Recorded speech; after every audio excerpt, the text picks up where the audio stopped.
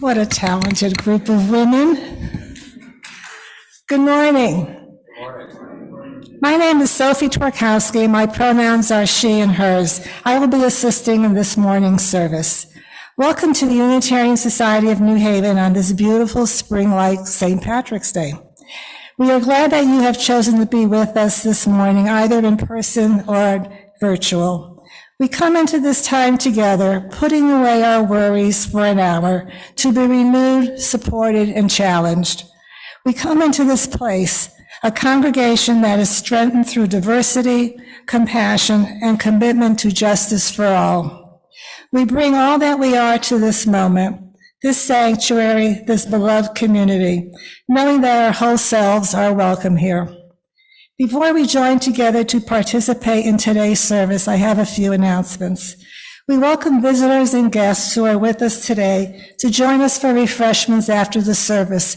There will be a welcome table in the rear of the social hall to answer any questions that you may have and meet with members of our Connections team. Following today's service at noon in the library, on the second floor, there will be a discussion on the proposed revisions to the Article 2 Principles and Purposes section of the UUA bylaws. Please bring the insert, the second page that you got with you for that discussion in the library.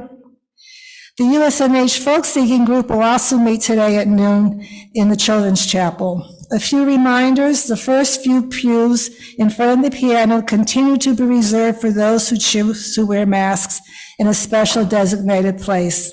And also that our social hall is wired for sound if you need to leave the sanctuary. And finally, if you haven't already, please silence your devices while we take a calming, deep breath and settle in together for our service. I would like to introduce Laura Patey, who will give the stewardship testimonial on behalf of the Sunday morning team.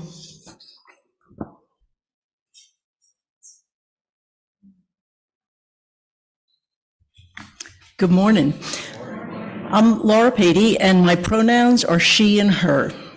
My partner Lee and I joined USNH in 2018, and I was honored to be asked to share my stewardship testimonial with you today.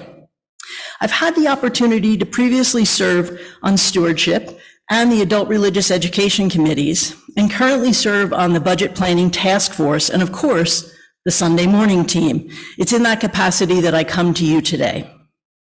Our small but mighty team provides behind the scenes, or maybe not so behind the scenes, work for many events at USNH.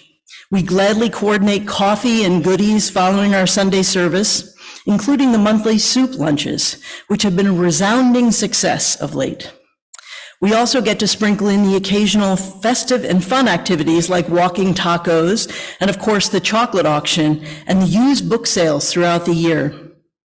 We're happy to collaborate with others at USNH as we work to serve food at the fabulous anti-racism event a couple of weeks ago and the chili feast that kicked off the stewardship campaign this year. We also get to serve as greeters at the door, distributing the order of service and making contact with each person as they enter the sanctuary. What an amazing opportunity to see our friends and to know that we are gathering with a sense of purpose and shared appreciation. Each Sunday, as we do the uniquely choreographed dance in the kitchen, we laugh and share stories with each other. We support each other as well as the congregation by facilitating the opportunities for us to break bread together. We know and understand that people come to USNH to be fed in many different ways, and we can see the strength that comes from the bonds that are built and strengthened as folks talk and share with each other. This is a unique place, USNH, one that has come to represent a really important place of refuge in our increasingly polarized world. I know that each Sunday I'll have the opportunity to interact with so many people who come together in ways that can transform me through connections both within this community and beyond. My hope is that the kindness offered by the Sunday morning team can foster these connections. What I have found, which is really no surprise, is that giving to USNH is really a gift in itself. Each week I know that I get as much, if not more, from the gift of time and effort to ensure that people can have that last drop of coffee from the coffee pot, or that cup of soup in a to-go container to have for later. Lee and I pledge knowing that this is a gift for us. Generosity feeds us. It's an attitude that we embrace, and our lives are richer for it. I believe that the future of USNH is strong as we are a congregation rich with gratitude, kindness, capability, and caring. We embrace living our values every day. We certainly have our work to do, but I know that if we each commit to support each other in this community, we can do the important work in front of us. If you have not already made your pledge this year, I urge you to do so today. There'll be a table out in the social hall. We all need to work together to build the kind of community that we want for our future. Let us make sure that we are all doing what we can to support USNH. Thank you.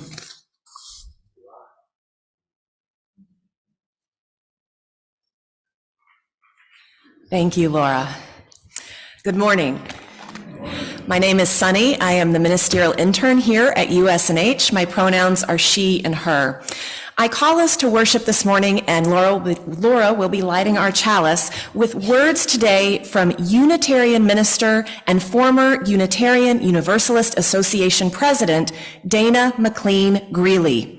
These words are from 1960, the year before the American Unitarian Association and the Universalist Church of America would officially merge to create the tradition we now know as Unitarian Universalism. The years leading up to the merger saw much debate both for and against. Reverend Greeley was enthusiastic about the merger. If Unitarianism and Universalism are destined to merge in America, we shall witness the confluence of two streams of faith that belong to each other as much as the Mississippi and the Missouri, or the Ganges and the Brahmaputra rivers.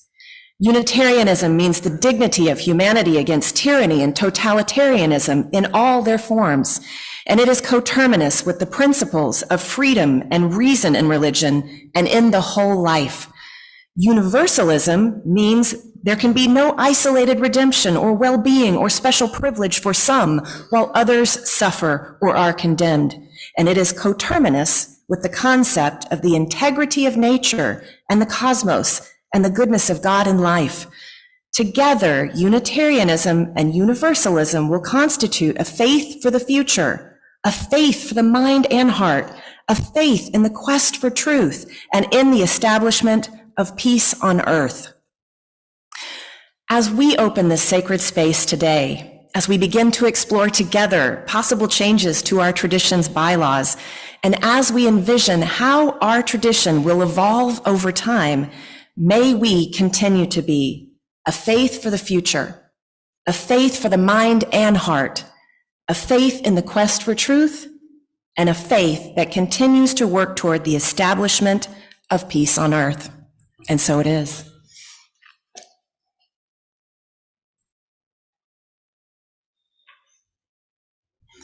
Covenant lies at the center of how Unitarian Universalists gather in community. Each week we recite a brief version of our covenant. Please join me now in reciting the words that appear in your order of service or in the chat on the live stream. We covenant together to create and nurture a culture of respect and kindness, and to engage in the spiritual and everyday practice of loving more generously. To this end, we strive to be open, value differences, listen deeply, use kind language, speak our truths, work with conflict, and seek humor and joy. We will now sing Rank and Rank. Again, we stand, number 358.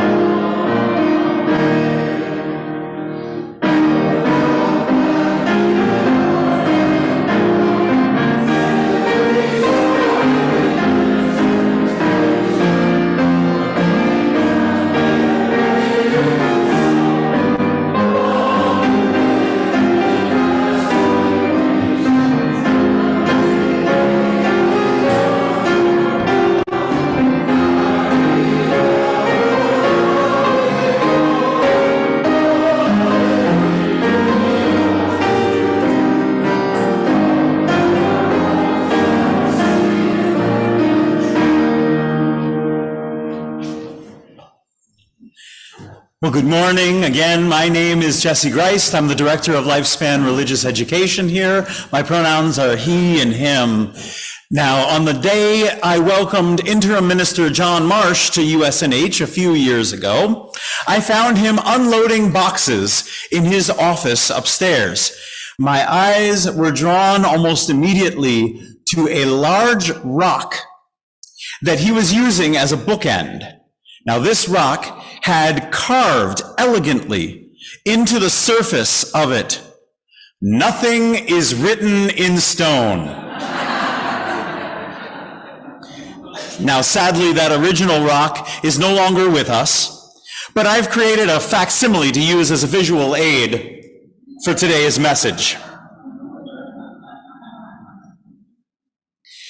I laughed immediately when I saw Reverend Marsh's bookend, not just at the humorous application of irony, but also because that smooth, round rock represented one of the best UU elevator speeches I had ever seen. That thing is heavy. So often when one thinks of religion, an image that comes to mind is of immutable truth, etched in stone tablets, never to be questioned or changed. Not here. But the beauty of Unitarian Universalism is that while we do embrace and covenant around bedrock values and principles, and we are guided by ancient and modern wisdom alike, our stone tablets come with a feature not unlike an Etch-a-Sketch. We are invited, if not encouraged, to shake it up and begin again as needed. So over the last few years, UUs across the United States have been considering a change to the wording of Article 2 of the Unitarian Universalist Association's bylaws. Article 2 is perhaps the most outward-facing part of the bylaws, because it deals with how Unitarian Universalism is communicated within and beyond the member congregations of the UUA. The current language of Article 2 basically dates back to 1984 and includes the list of principles and sources that many of us are so familiar with, along with a statement about inclusion and another about freedom of belief. Prior to 1984, the original Article 2 dates back 23 years earlier to 1961. The original Article 2 strived to establish 6 principles of free faith and use of the democratic process, and particularly emphasized the autonomy and independence of UU congregations within the association. Much of the original Article 2 was born out of compromise as Unitarians and Universalists worked through the many, many challenges of coming together in a merger. So a minute ago, I compared the Unitarian Universalism's approach to communicating our faith to an Etch-a-Sketch. I do not offer that metaphor lightly. An Etch-a-Sketch is a panel of outward-facing glass that gets coated with a fine powder every time you shake it up. There's a stylus underneath it that you roll along the inside surface of the glass, which causes the powder to fall away, leaving a visible line. The powder gets used over and over again as the Etch-a-Sketcher brings each piece of art to life. Same powder, different art. Now, the UUA's bylaws are hardly written in Etch-a-Sketch. I mean, we've only even considered shaking them up and rearranging the powder lines of our shared values and vision 3 times. The average 5-year-old rewrites their bylaws that many times every minute or 2. But at the same time, the very essence of Unitarian Universalism is rooted in an idea of evolving revelation, calling on us never to etch our sketches in stone. So the challenges facing this diverse, many-faceted community of Unitarian Universalists today is, how do we shake things up often enough to keep the heart and soul of Unitarian Universalism relevant and open to everyone, while not falling into the temptation to change just for change's sake? Perhaps we can learn something from the exercise of carving a message of impermanence into the surface of a rock to remind us that we ultimately strive to find balance between, on the one hand, collectively seeking words that meaningfully communicate the content of our hearts and minds, with the knowledge that those same words are not the sum total of our hearts and minds. They are merely powder on glass, beautiful, powerful, but subject to change. Let's seek that balance together, my friends. And as we contemplate that, let us sing our children out to their classes this morning by singing, "Go Now in Peace." Go now in peace. Go now in peace.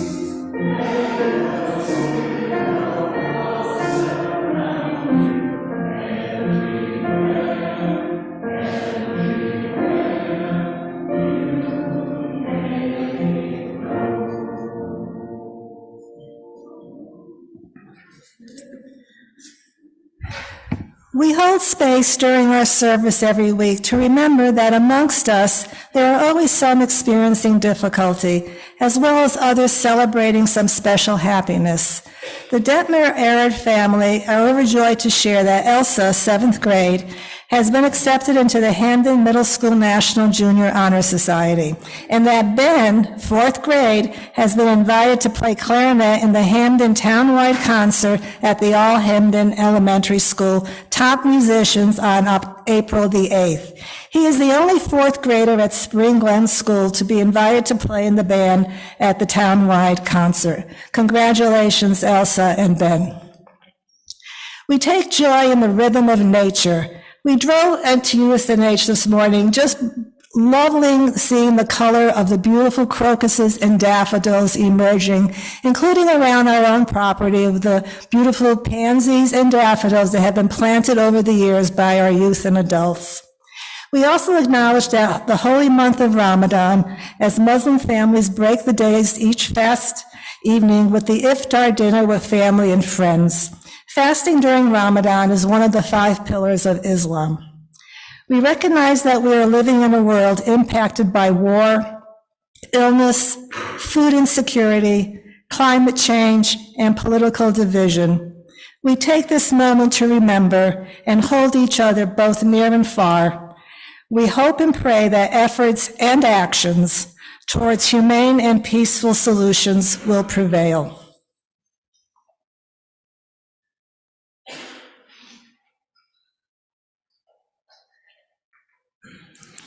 For our meditation this morning, we're going to take a moment to do some mindful centering. And I will say, you normally see me up here with my fancy notebook, but Reverend Stephen issued a little bit of a challenge for me this morning to do this without notes. So, thank you for your patience.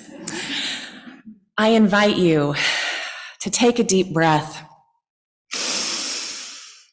And as you exhale, feel that breath leaving the body.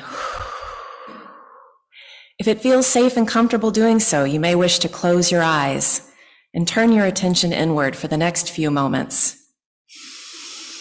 Finding now a comfortable, even pace of breath. Feeling the weight of your body on the pew.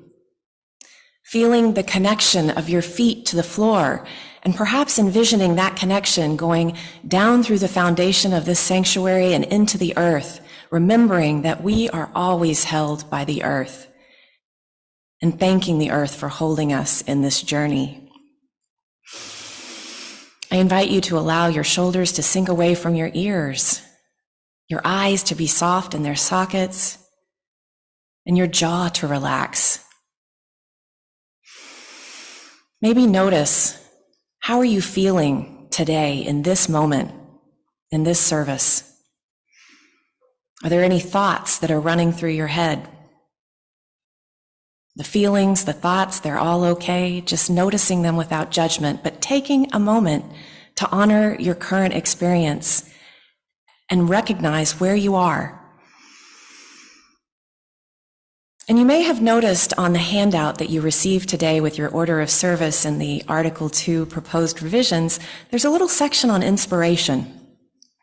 Our tradition takes inspiration from direct experiences of transcending mystery. Our sources include the sacred, the secular, the scientific. And so I invite you in this moment to think about, to remember the sources of inspiration in your life. Do you draw inspiration from the ancestors, from nature, from a source larger than you, from scientific discovery, or from some combination of all of them? Let's take a moment to honor your own unique source of inspiration the thing or things that provide meaning in your life. Take a moment and thank those sources. And here we'll just take a few moments of breathing in and out in silence, just following your breath. And after the silence, we will be called back by music.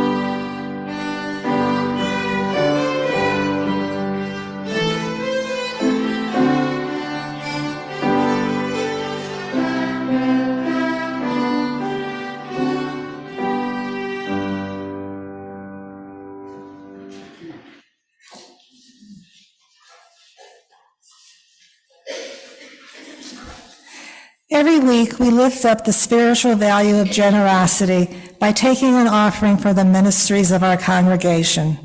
Our beloved community continues, and the need for ongoing support continues as well. I welcome you to make a donation to USNH. We have several options. You can mail in your check to USNH at 700 Hartford Turnpike, Hamden, or you can text with the code telephone number in your order of service. In addition, those who are present, there will be 2 ushers at the rear exits. You can make your donation directly to them. In whichever way you choose to give, your offering is received with gratitude. Thank you.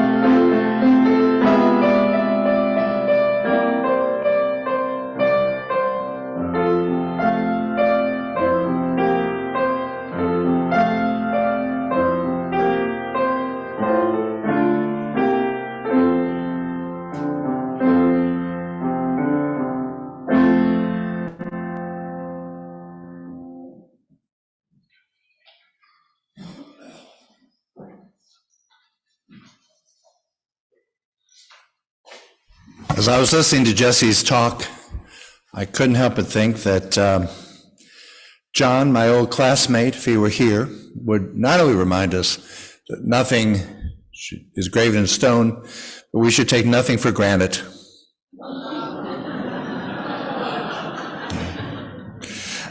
John would have said that, not me. Well, this is the first time in my life, in 45 years, I've been tasked with preaching about a bylaw amendment. So thank you, Bobby and the board. I'd like to read you an excerpt from the proposed Article 2.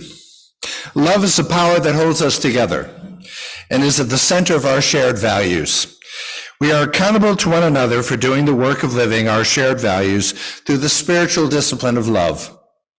Inseparable from one another, these shared values are interdependence.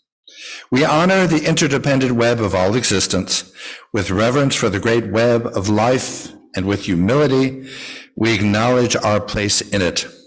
We covenant to protect Earth and all beings from exploitation. We will create and nurture sustainable relationships of care and respect, mutuality and justice.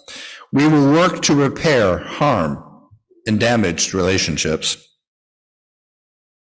Pluralism. We celebrate that we are all sacred beings, diverse in culture, experience, and theology. We covenant to learn from one another in our free and responsible search for truth and meaning. We embrace our differences and commonalities with love, curiosity, and respect. Justice. We work to be diverse, multicultural, beloved communities where all thrive. We covenant to dismantle racism and all forms of systemic oppression. We support the use of inclusive, democratic processes to make decisions within our congregations, our association, and society at large. Transformation. We adopt to a changing world. We covenant to collectively transform and grow spiritually and ethically. Openness to change is fundamental to our Unitarian and Universalist heritages, never complete and never perfect. Generosity. We cultivate a spirit of gratitude and hope. We covenant to freely and compassionately share our faith, presence, and resources. Our generosity connects us to one another in relationships of interdependence and mutuality. Equity.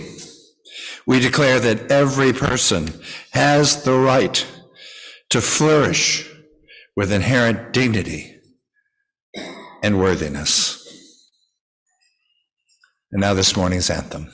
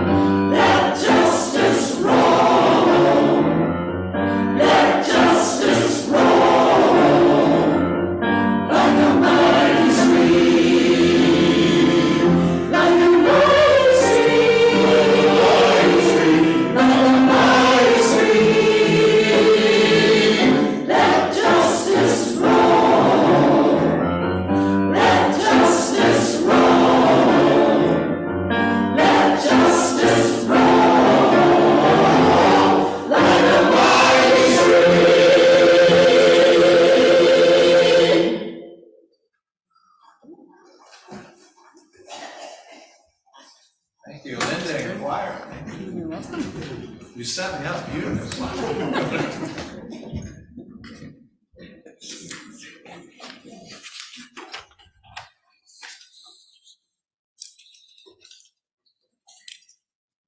Thinking about this sermon, it ended up being a lot more personal than I could have possibly dreamt.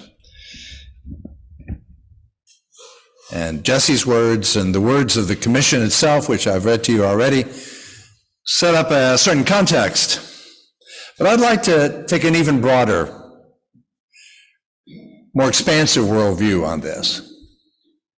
The process that we're going through of thinking about, yes, our old purposes and principles, which you've passed 100 times, I suspect, done in calligraphy in the window there by my friend Margaret Shepard, my church in Boston, when the purposes and principles were passed, 1984. She painstakingly did it, and congregations have had them posted for years, and you have it in your order of service on a nearly weekly basis. So maybe you've absorbed them, or maybe like wallpaper, you've stopped seeing it. So the exercise is an important one. But I'd like to start a little bit differently. I've been teaching a Unitarian Universalist class called Building Your Own Theology. Over 40 times I've done it across congregations. And hopefully, if the creek doesn't rise, here next year. And it's designed to help people just like us begin to talk with each other about things of the Spirit. We Unitarian Universalists can be tongue-tied and reticent about talking about things that we believe of a powerful spiritual nature. That's been true across my generation and a half. And even here, sometimes when people come in and talk with me in the office, they say things like, oh, I long to connect to something vaster than myself. And so do I. My Christian roots could not contain my younger questioning. And even my middle-aged Unitarian Universalist rationalist spirit could not contain that either. In both cases, I knew that inside my heart, and even to this day, I needed to be on a quest. I wanted to be a pilgrim. I needed to be in search of the reality of the creative energy that has made all that is, has been, and will be. And in that sense, when Unitarian Universalists gather in a circle between 8 to 12 folks and over the course of 10 weeks talk about what it means to be on this path, they are doing so in the context of a creedless religion. We all know what a creed is. We were likely exposed perhaps to the Apostles' Creed, the Nicene Creed of Christendom. What marks a creed is it's static, it is unchanging, it's set in stone. This is truth with a capital T. And that could not speak to my mind and heart. And it certainly was not what my soul was yearning and longing for. A creedless faith is open, free, moving. It too is on a quest. It too is a pilgrim faith. Long ago, I encountered words from the 1950s, a Unitarian Universalism that I did not even know. And the minister once said, "We are not a denomination as such, we are a movement. And movements shift." I think that is what marks us as who we are. Yes, we are in historical continuity with Unitarian Transylvanians 400 years ago, and with English Universalists 250 years ago. With the folks, and some of you in this sanctuary may well remember and have been part of the process, in 1961 when the Universalists and the Unitarians decided that they did not need to be two separate traditions, but to become one. And yet we don't express our free liberal faith exactly as they did. Yet a creedless faith is far from a content-free one. There's the old joke about an open mind is not an empty mind. Now, some folks who come to us love it. They love the freedom. They instinctively bond to it. Others, after an initial attraction, are unnerved and find, maybe they weren't Unitarian Universalists after all, because it was too much freedom. I've heard it said 1,000 times, and I've heard it a lot in the discussion among our congregations on Article 2, that, quote, I became a Unitarian Universalist so I could believe anything I want. Well, that is actually, sadly, not the case. And we can get into deep trouble if we assert it too often and too blithely. Freedom, yes. Democratic restatement of our principles on a generational basis, yes. But can you believe anything? No. It's true. You can believe in God or not believe in God. You can believe that Jesus rose from the dead or didn't. Or is there life after death or is there not? There are 100 theological assertions that you have a wide spectrum to move in. But we have a history, we have a heritage, we have an essence. There is no creed, but we have deep, abiding values. I've always tried to express them, and I will end the sermon today by re-expressing them, that we basically support love, freedom, dignity. If you walk in here and espouse and harbor, perhaps even unconsciously, racist views, you're going to find it a very rough road being a Unitarian Universalist. And you will perhaps find no fit here. Because these values mean something. And I believe that in this discussion about Article 2, our movement is actually writing a credo, not a creed. So when folks gathered in that building your own theology class I talked about, they've met for about 10 weeks, they formed trust, and in the course of those 10 weeks, they talked deeply about the things that ultimately mattered to them, and there were often profound differences. But each of them were invited to write at the end of the process a personal credo. Credo means, I believe. It is an important exercise because not having a creed gives us the space, and I would add, perhaps the responsibility to form a personal life credo. And we shared those credos over a meal at the end of the 10 weeks. And we didn't argue the point or disagree. We just always said, thank you. Because it's a very precious sharing. Personal as they are, there is always a shadow we whenever you write a credo. The most beautiful credo I have ever encountered, some Walt Whitman, who said, this is what you shall do. You shall love the earth and the sun and the animals, despise riches, give alms to everyone that asks, stand up for the stupid and crazy, devote your income and labor to others, hate tyrants, argue not concerning God, have patience and indulgence towards the people. Take off your hat to nothing known or unknown. Go freely with powerful, uneducated persons and with the young and the mothers of families. Read these leaves in the open air every season of every year of your life. Re-examine all you've been told at school or church or in any book. Dismiss whatever insults your soul.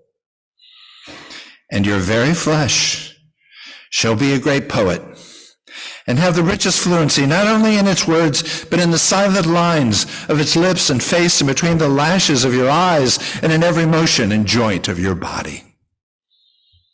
Now that's a hell of a credo. I don't know whether I could write one as beautiful, and perhaps you couldn't either, and it doesn't matter. It doesn't matter. Sermon time is precious. And maybe this Article 2 will pass, or it won't, or be so amended that it's essentially new again. But the meaning of creed and credo, that's never going to leave us. And I remember another personal moment I'd like to share with you. I was a young minister, and I sat with thousands in Columbus, Ohio, nearly 40 years ago, when we passed the current purposes and principles. And I remember streaming out after the vote. And all of us looked at one another and said, you know, we're going to do this again in 15 years. And we didn't know that we wouldn't, and we didn't do it in 30 years. And here we are, nearly 40 years on. And I think part of the disputes, and there are active disputes in congregations across the country on Article 2, is because we're human, we can talk all we want about being a movement and a creedless religion, but being human, we get used to things. And I've had people talk about those purposes and principles as if they were written by Moses, and they weren't. They were deliberately passed in a context of understanding that we would come back to them. And as I taught my classes, BYOT, or just orientation classes through the years, I always shared the present purposes and principles, which constitute Article 2 of our bylaws. And people said, I like them, and I like them too. They have stood us well, but they are legalistic. And people have often said through the years, I wish a poet could take hold of those. And of course, the feminist movement came through like a whirlwind, and so climate justice, and so many other aspects of our shared faith changing in real time among us. And so they too must change. Now, I confess there are limits here today. I'm happy to preach on this, but I can't dictate what you should do. I would hope that our delegates in June at our General Assembly, which unfortunately is on Zoom this year, and it's hard to pass something like this on Zoom, I assure you. I hope that they will be free to vote their conscience, but that's not my decision. And you will have a congregational meeting in early June. So however you process this, as a congregation, as a freely gathered, democratic, Unitarian Universalist, creedless faith, you should know that I had to gear up. When I retired, I also, quote, retired from Unitarian Universalist political considerations as well.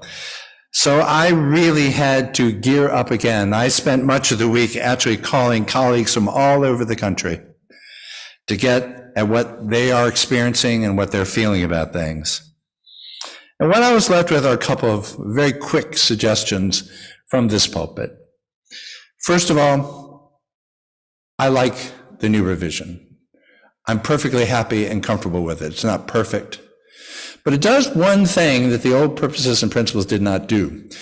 It puts love, the word love, at the very heart of our value system.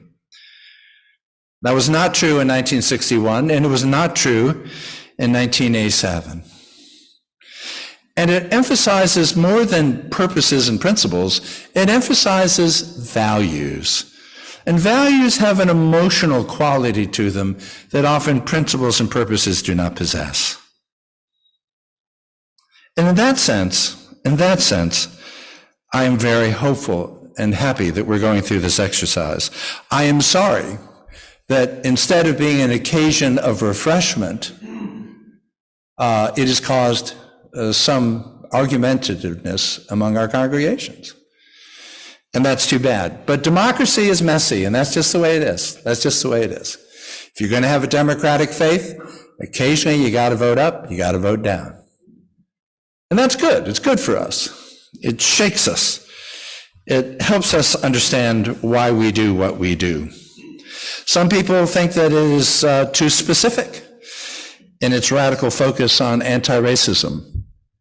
I humbly disagree with that, but lots of amendments are going forward to add an emphasis on reason, to add an emphasis on the value of peace and justice work, and even 2 revisions on equity.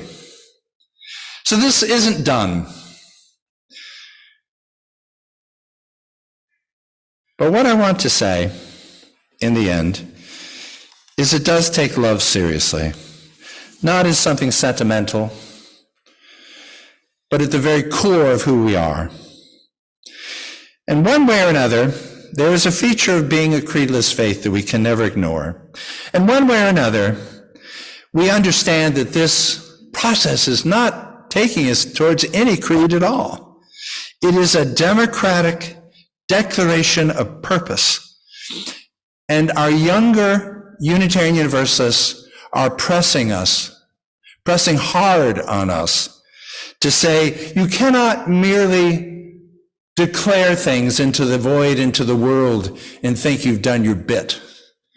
They are saying, only advocate for those things that can actually change the world, not make you feel better as a liberal. And I don't think there's anything wrong with that. I'm turning 70 this year, and I am happy that younger Unitarian Universalists are asking this of me.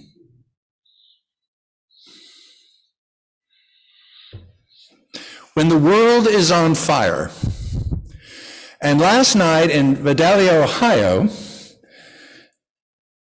one of the 2 candidates we have for President of the United States talked about a bloodbath in America, then I think we need to take this stuff, this democratic process, extraordinarily seriously.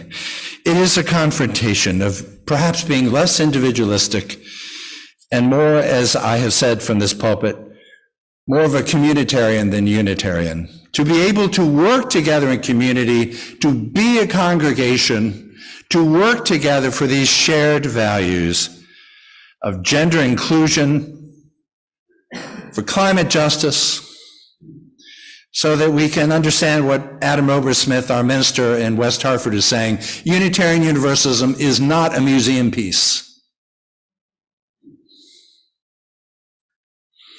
And in the end this morning, what I want to offer to you is that in being part of a creedless religion, we have the ability to write our credo, to write it in our lives as well as on paper, to confront and articulate it, to make it real and realizable.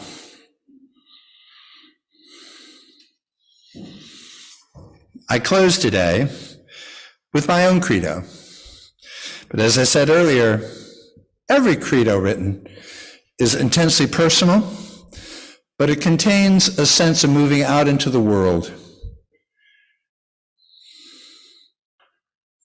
This is what I wrote. We are this generation's custodian of an eternal message. The truth must grow, enlarge, and move in creative freedom. Both Unitarian and Universalists begin with uni, U-N-I, which means one. It is also the root of the word united, one world, one people, one truth, called love. Our congregations gather freely to live out a democratic faith. Every human being is holy and called to the tasks and joys of love. Our creed is kindness. We celebrate the gift of life and join in taking on the sufferings of this fragile world. And we are this generation's bearers of an eternal message that truth will grow and move. Revelation is not sealed, but is lived anew in every heart. And you say you want it simpler? We join in celebrating one world, one people, one love, which is truth. Simpler, love, freedom, dignity. Amen. And in that spirit, we're going to sing a song I've never sung before. 1017, Building a New Way. 101 in your teal hymnal.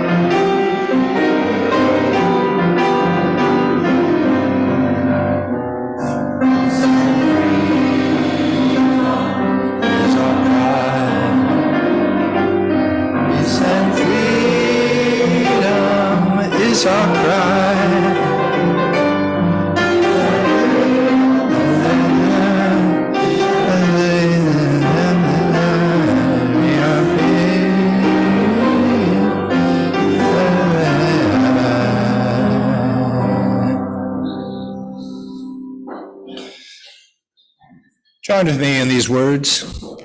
We extinguish this flame, but not the light of truth, the warmth of community, or the fire of commitment. These we carry in our hearts until we are together again. And now may peace, which passes all understanding, keep your hearts and minds in the knowledge of love, and may this peace be yours in the week to come. Amen. Amen. And go in peace.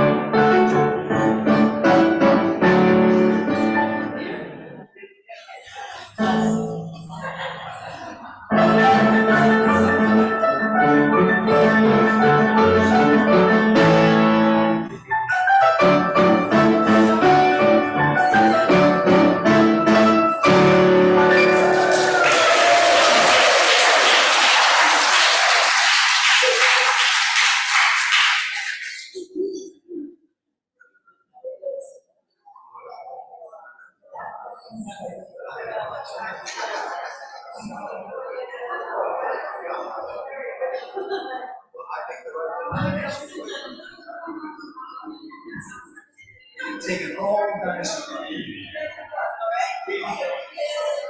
Back on.